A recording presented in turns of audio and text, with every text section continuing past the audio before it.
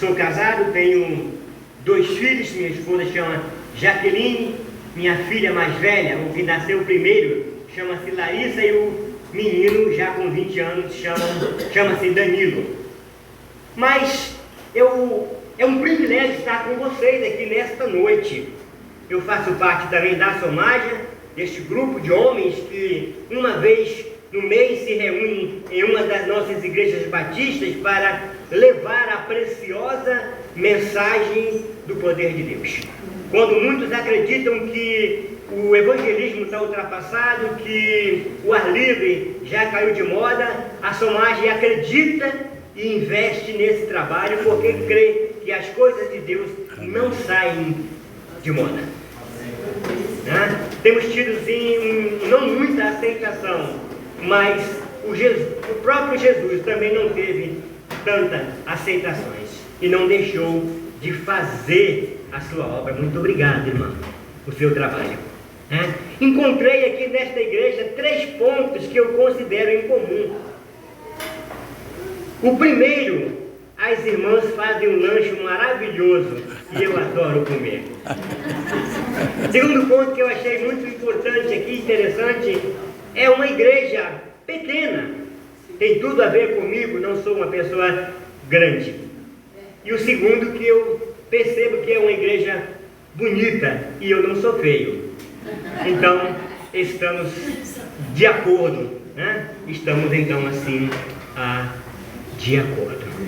Quero trazer uma palavra, quero falar hoje de algo que as mulheres não gostam, mas nada provocante, tudo suave, mas quero dizer a vocês, mulheres, que vocês vão gostar, porque eu vou falar de pescaria, mas na minha pescaria vocês não vão limpar o peixe, Porque nós homens vamos pescar, mas quem limpa os peixes são as nossas esposas. E não tem nada pior do que limpar peixe. Irmãs?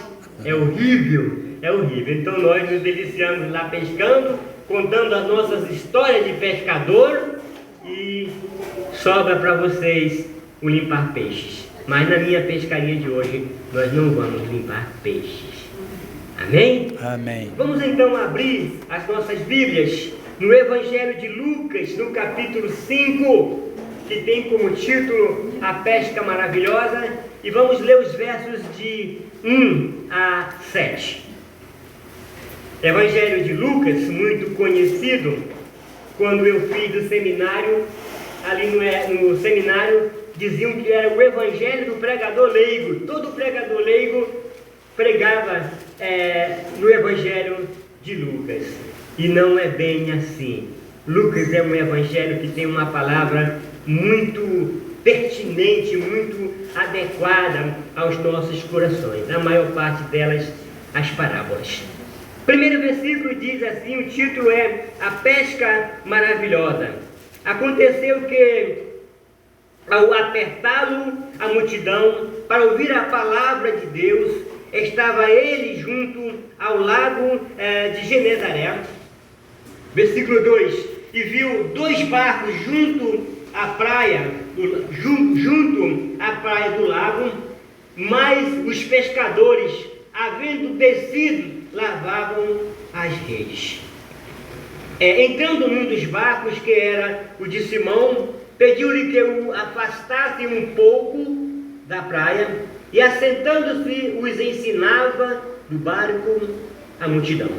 Quando acabou de falar, disse Simão: Afasta-te ao longe e lança as vossas redes para pescar.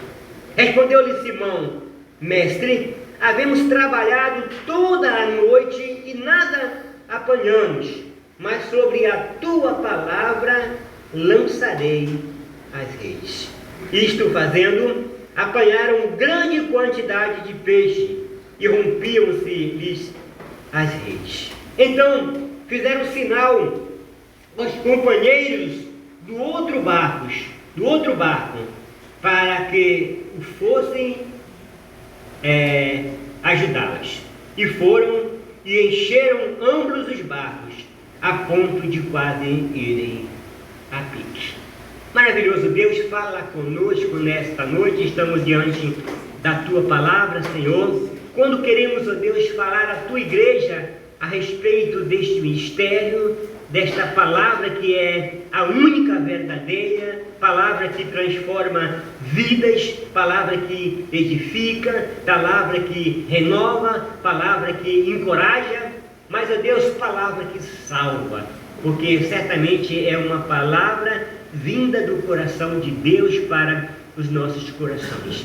Obrigado pela Tua Igreja aqui nesta localidade, por a vida desses homens e mulheres que compõem este ministério de louvor, de adoração, de santidade, de vidas transformadas, em nome de Jesus. Amém.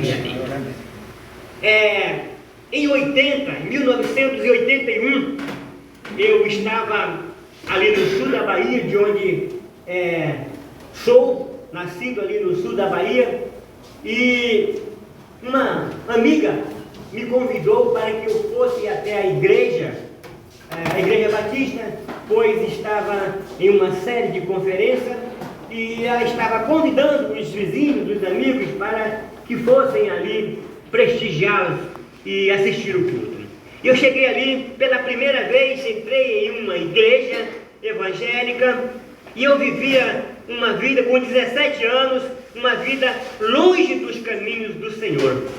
Nunca tinha tido oportunidade, nunca ninguém me falou do amor de Cristo. Vim de um lar católico, onde meu pai me levava à igreja, onde minha mãe me levava à igreja, apenas por companhia, sem um referencial, sem ninguém que ensinasse a orar, sem ninguém que falasse sobre a Bíblia, até mesmo porque naquela época não havia um ensinamento dessa maneira. O padre dizia: faça o que eu mando e não o que eu faço, e nós vivíamos ali, a minha família vivia neste mundo de ilusão, sem saber de onde vinha, nem para onde ia, nem o que estava fazendo. Mas precioso momento, precioso convite, quando eu aceitei e entrei ali naquela igreja a ouvir a mensagem, e ao término daquela mensagem, no meio daquela mensagem, eu senti uma emoção nunca até então tinha sentido, e aquela emoção nada mais era do que o mover de Deus, o agir do Espírito Santo na minha vida. No término da mensagem, o pastor ele disse uma palavra, e ele disse: aqueles que querem conhecer a Jesus, aqueles que querem seguir a Jesus, aqueles que querem ter uma vida transformada, aonde você estiver, faça um sinal, porque eu quero orar por você. E naquela noite eu fui o único corajoso e que entendi tudo que ali estava sendo falado. E eu aceitei a Cristo como Salvador. E, meus queridos irmãos, arrependimento de não ter conhecido esse Cristo antes. O texto e a minha vida, aquele encontro com Cristo, aquela noite, foi um divisor de águas na minha vida. Em 82 eu recebi um convite para vir ao Rio de Janeiro. Eu tenho um problema de pele, até então ninguém sabia o que era. Hoje eu já sei que eu tenho um problema por nome psoríase, né? Fiquem tranquilos que não pega. O médico falou para mim que eu vou morrer com isso, mas não vou morrer disso, glória a Deus, né? E eu vim para um tratamento e aqui eu estou até hoje, para a glória e para a honra do nome do Senhor, pregando o Evangelho, fazendo o trabalho do Senhor. Que psoríase abençoada, porque através dela eu pude vir para o Rio de Janeiro.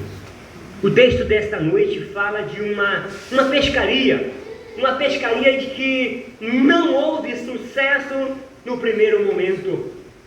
Vocês perceberam muito bem no texto que Jesus chega aqui para aqueles seus discípulos, ainda não discípulos, mas podemos dizer então aqui, que Jesus cercado pela multidão, apertado por a multidão, precisando ensinar a multidão, precisando conversar com a multidão, porque foi para isto que ele tinha vindo ao mundo, era a missão dele.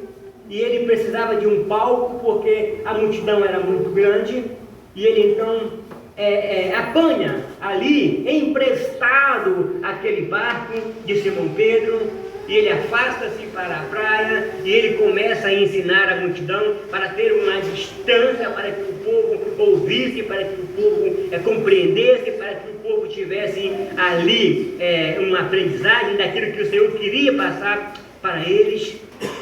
E Jesus então transmite o seu recado, transmite a sua mensagem àquele auditório, aquele povo.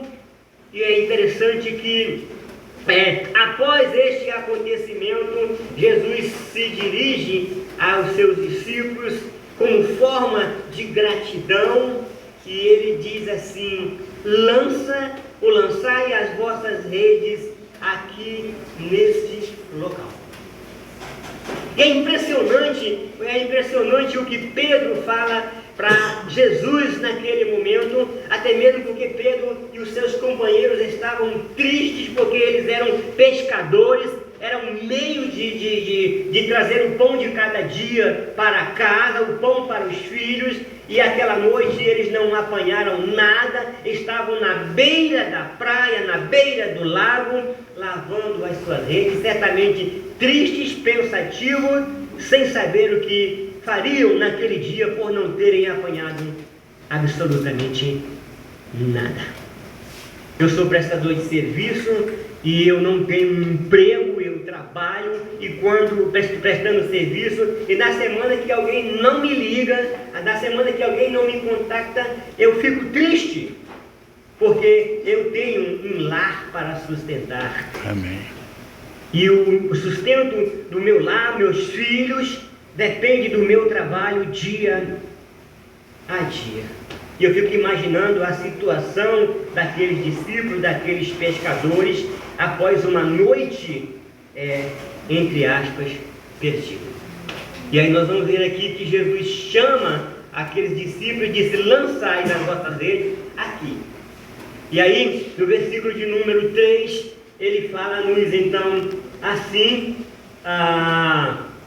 deixa eu só voltar aqui, versículo de número 4, quando acabou de falar, disse: afasta-te ao longe, lançai as vossas redes para pescar. Respondeu-lhe Simão: mestre, havendo trabalhado toda a noite, nada apanhamos, mas sobre a tua palavra lançarei as redes. E aí nós vimos que o processo começa a mudar, a história começa a mudar, a vida daqueles homens começa a ter um desenrolar diferente a partir do momento que eles obedecem à palavra de Deus. Mas nós começamos a ver então aqui, mas que antes mesmo nós percebemos que há da parte do Senhor Jesus uma forma de gratidão pelaquele barco que tinha sido cedido para ele, para que ele ensinasse a multidão. E como forma de gratidão ele chama os discípulos, ele chama aqueles homens e pede que lance a rede sobre aquele local. Eu costumo dizer que gratidão não é só uma palavra bonita, mas gratidão é uma palavra retribuidora, uma palavra de reconhecimento daquilo que Deus fez por nós. E muitas das vezes, irmãos, nós somos ingratos. Nós, em nosso bojo, em nossa vida, em nosso viver, não vem a palavra gratidão, porque nós somos uns eternos ingratos.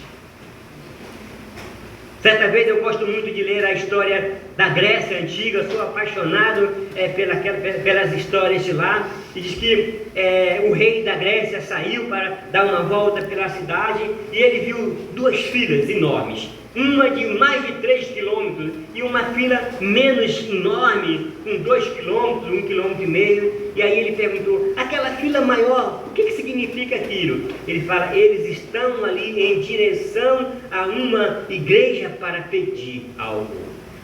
E aí ele disse: mas aquela fila menor, com 1 quilômetro e pouco, o que significa? Aquelas pessoas estão ali para agradecer. Então a vida é sempre assim, a fila dos que pedem são muito grande, a fila dos que vão para agradecer, elas são menores. Mas se nós não somos gratos pelo pouco, jamais seremos gratos pelo muito. Entendo que quando nós voltamos para agradecer, quando nós retornamos para agradecer algo recebido do mestre, do chefe, do amigo, mantemos as portas abertas. Mas quando nós não reconhecemos que fomos abençoados, nós não reconhecemos a gratidão, fechamos aquela porta que se abriu. E aí os discípulos aqui, Jesus, como gratidão, permite a eles que afastem o barco, que lancem as redes aqui sobre aquele local, e eles lançaram, e nós sabemos o grande resultado que aconteceu. Eles pegaram tanto peixe, nunca pegou antes, ao ponto de não só agradar, não só encher os seus barcos, as suas dependências, os seus sonhos, as suas realizações, mas também abençoar aos companheiros que estavam do outro lado, em outro barco, fazendo sinal para que eles viessem até aquele local e também fossem abençoados com a pescaria. Glórias a Deus, porque quando Deus nos abençoa, nós temos a responsabilidade, o compromisso de também abençoar outras pessoas, a exemplos dos discípulos. E quando nós não abençoamos as pessoas, é quando nós não falamos do Evangelho, quando nós não falamos do amor de Cristo, quando nós chegamos aqui nesta igreja bonita, arrumadinha, bonitinha, e comemos tudo que é dado espiritualmente, que é oferecido espiritualmente, e nós saímos daqui, vamos para a nossa casa, encontramos pessoas bêbadas, pessoas brigando, encontramos pessoas infelizes, e nós não abrimos a nossa boca absolutamente, nem sequer para fazer um convite para que venha até a igreja. Ingratidão. Isto não agrada o coração de Deus. Irmãos, se nós crentes pudéssemos entender o valor de ser um cristão, o valor que nós temos diante de nós, da palavra de Deus, os ensinamentos, e eu sou grato a Deus até hoje pelo aquele convite que me fizeram em ano de 81 para que eu fosse até a igreja. Aleluias, que bênção na minha vida. E hoje, irmãos, quase toda a minha família conhece a Jesus. Eu só tenho um irmão, um único irmão, que ainda reluta em não vir adorar a Cristo, mas é conhecedor da palavra. Então, esse evangelho de boas novas, essa bênção na pescaria, essa bênção de encher o barco, eu pude levar a toda a minha família. E eu quero dizer a vocês nesta noite, eu tenho uma família. Amém. 87. Eu fazia parte de uma igreja batista aqui na cidade do Rio de Janeiro, e nós estávamos em campanha de missões nacionais. Eu creio que a igreja aqui sabe do que eu estou falando, conhece, né? E aqueles saltos gigantes, uma igreja de 250 membros, eu era pastor auxiliar daquela igreja. E foi lançada a campanha de missões nacionais. O alvo da igreja, R$5.000. E como era de costume, era dividido aquele alvo por classe. Classe dos homens ficavam normalmente com um valor alto, as das mulheres com um valor maior ainda, porque as mulheres sempre trabalharam mais do que os homens. Amém. As crianças, os adolescentes, os jovens, e aquele alvo foi dividido pelaquela classe, fazendo assim o total de R$5.000. E o que me chama a atenção nessa história, neste conto, é que naquela classe, na classe das crianças, uma classe apenas com 10 alunos, tinha uma criancinha com 4, 5 anos, muito pobre. Mas, irmãos, pensem em uma pessoa pobre, ela era mais pobre ainda. Mas é interessante que ela ia para a igreja todos os domingos com um vestidinho só, mas cheirosinha, arrumadinha, uma gracinha. Todos gostavam de abraçar aquela menina. Mas aquela menina, ela morava em um ferro velho. O pai daquela menina, ele era o vigia do ferro velho. E a professora chegou para as crianças e disse: olha, no final do mês, cada criança vai trazer R$1 para missões nacionais. Talvez você esteja pensando, R$1 não é nada, para aquela criança era muito, porque ela não tinha absolutamente nada. E aquilo foi o suficiente para tirar aquela criança da graça, para incomodar aquela criança, para roubar o seu sonho, e ela foi para casa, desculpe o termo, literalmente perturbada, incomodada, porque ela não tinha R$1 para no final do mês levar para missões. Mas aquela menina era uma menina de oração. E ela chegou em casa, no ferro velho, ajoelhou e orou a Deus e disse: Papai do céu, eu preciso de R$1 para levar para os missionários. Quando foi no dia seguinte, ela brincando ali nos ferros velhos, ela se deparou com um quadro velho, abandonado lá no canto, e ela chegou para o pai dela e disse: Papai, o senhor me dá esse quadro? E o pai disse: para que quer esse quadro? Para me dar para o missionário. E o pai deu aquela risada e disse: minha filha, mas eu vou falar com o dono do ferro velho, eu não posso te autorizar. E aí, quando o dono do ferro velho chegou, ele foi lá, contou a situação, e o dono do ferro velho disse: que não tem valor não, foi um carroceiro que chegou aí e queria me vender, mas eu olhei, não é ferro, não é chumbo, não é lata, e não tem valor nenhum, ele deixou aí, pode dar para ela. E ela pegou aquele quadro, levou para debaixo da torneira, e ela lavou, esfregou, limpou, cuidou, orou e colocou aquele quadro para secar. Aquele quadro passou uma semana lá secando. E quando foi no final do mês, ela pegou o quadro, embrulhou direitinho, em papel de presente, colocou debaixo do braço e foi para a igreja, cantando, feliz, sorridente, louvando a Deus. E quando chegou então no momento, o pastor disse: irmãos, hoje é o encerramento da campanha de missões nacionais, e chamou então a classe dos homens. Os homens disseram: pastor, nosso alvo foi de R$500, nós conseguimos 600. Amém, glória a Deus. Chegou as irmãs: pastor, o nosso alvo foi de 800, nós alcançamos 1.000. Glória a Deus, aleluia, e assim foi. E quando chegou na vez das crianças, a professora disse: pastor, nosso alvo foi R$10, nós conseguimos 9. Faltava justamente o da pequena. E a pequena levantou e disse: pastor, me dá a palavra, por favor. E o pastor então deu a palavra. E ela veio com aquele embrulho embaixo do braço, chegou e disse: pastor, aqui é minha oferta para missões.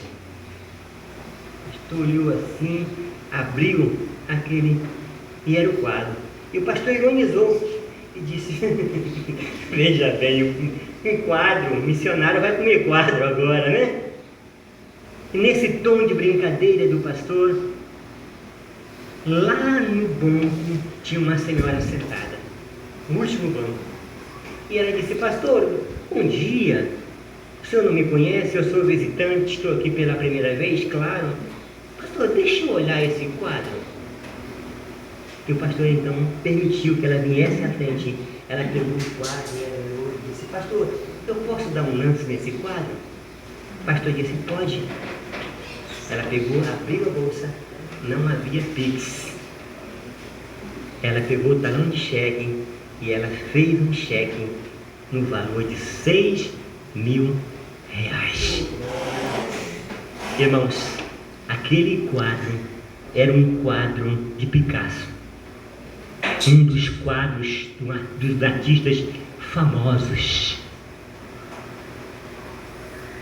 Irmãos, isso me arrepia, porque nas mãos do Senhor as coisas sem valor, elas são as mais valiosas.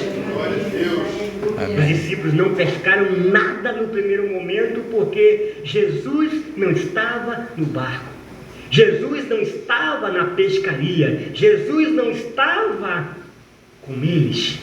Talvez eles acreditassem em si mesmos, eram pescadores experientes, acostumados a lançar a rede ao mar, sabedores de que aonde os peixes estavam, onde os cardumes gostavam de ficar.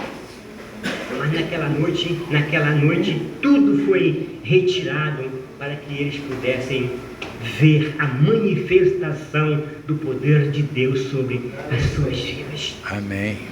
Muitas das vezes as coisas não acontecem também assim conosco, porque nós cremos em nós mesmos, no nosso poder de ganhar dinheiro, acreditamos que somos capazes, acreditamos que essa parte aí não cabe para Jesus e não convidamos a Jesus para fazer parte da nossa história.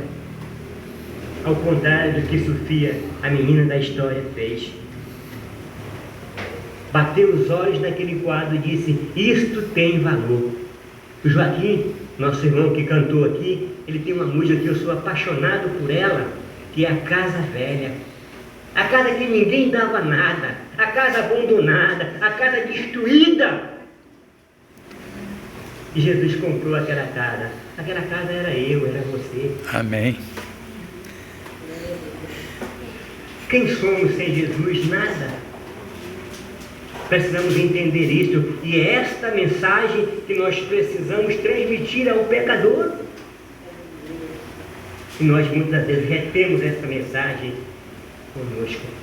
Igreja Batista em Gadenha Azul. Precisamos confiar mais nesse Deus que nós servimos. Amém. Então, meus queridos irmãos, a minha vida antes de Jesus, a minha vida depois de Jesus. Irmãos, eu usava uma roupa com tantos remendos, que eu tinha mais remendos nas minhas roupas do que roupa mesmo. E sem contar que eu era o filho terceiro. E na minha época era comum o filho usar a roupa até ficar grande nele e ele passar para o segundo, até ficar grande nele, até passar no terceiro, e aí éramos 5 irmãos. E o 5º irmão usava o resto, do resto. Mas era assim, não tinha como fazer diferente. Os meus pais não tinham recursos, não tinham o que fazer. Mas Deus me mostrou que com Jesus há uma forma de viver. Amém. E quando eu conto a experiência da minha mãe é uma mulher analfabeta, ou semi-analfabeta, hoje com 87 anos, glória a Deus. Minha mãe, depois que minha mãe começou a conhecer a Cristo, andar para a igreja, andar servindo a Cristo, adorando a Cristo, minha mãe comprou 6 casas. Amém. Ela deu uma casa para cada filho, e ela criou uma neta, e ela deu uma casa para a neta. Sabe por quê? O poder de Deus sobre a vida da minha mãe. Quando Cristo entrou na vida dela, foi fechado todas as brechas, todos os buracos aonde vazava a bênção, o poder de Deus, a sabedoria e o conhecimento. E é isso que Cristo faz na nossa vida. Quando Ele chega, o mar dá peixe. Quando Ele chega, os barcos se enchem. Quando Ele chega, o poder é renovado. Quando Ele chega, a alegria retorna à casa. É desse Deus que eu quero que você compreenda nesta noite. Não sei qual a tua condição, qual a luta que você está passando. Não desista.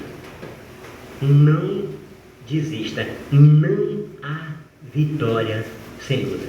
Amém. Se alguém chegou para você e disse, é só vitória, repreenda em nome de Jesus que esta palavra não é de Deus. No mundo tereis aflições. Tem de bom ânimo. Eu venci o mundo. Se você for caminhar para a igreja, vir para a igreja só em busca da sua vitória, você vai se decepcionar, porque aqui não é só vitória, mas aqui está o dono da bênção que vai te abençoar. Amém. Vai caminhar com você, vai estar ao seu lado, vai te dar condição e uma esperança nova, um novo rumo da sua vida. É por isso que eu caminho com esses homens da Somália, porque são homens de fé, são homens que acreditam na renovação na palavra, acreditam no culto no ar livre, acreditam no louvor. Em que outro lugar Joaquim cantaria, em que outro lugar aí de Oliveira cantaria, em que outro lugar o pastor José Paulo pregaria. Nós não temos uma equipe de louvor, nós não temos uma banda, nós não temos uma grande orquestra, mas nós temos o Deus que é dono de tudo isso. E por Amém. isso eles estão fazendo o trabalho Amém. de Deus. Então, irmãos, fechando então aqui, é interessante que eles pegaram tanto peixe, que eles ficaram assustados. E às vezes o poder de Deus é tão grande na nossa vida que nós até nos assustamos. Mas Deus está aqui e Ele quer nos abençoar. Amém. Se a bênção não chegou ainda até você, você precisa pescar mais um pouquinho. Você precisa obedecer a palavra. Você precisa lançar a rede no lugar certo. Você pode estar lançando a rede no lugar errado, ou orando pouco, ou não crendo pouco. E aí, a menina da minha história, ela foi abençoada porque ela creu no poder de Deus. O alvo da menina foi maior do que toda a igreja. Amém. Nós já conhecemos a história da viúva pobre. E eu diria que a oferta da menina pobre, né, da filha do vigia do ferro velho. O que é a filha do vigia do ferro velho? Nada. Isso é identificação? Isso é forma de se apresentar? Quem é você? Eu sou o filho do vigia do ferro velho. E aí? Mas aquela menina passou a ser a princesa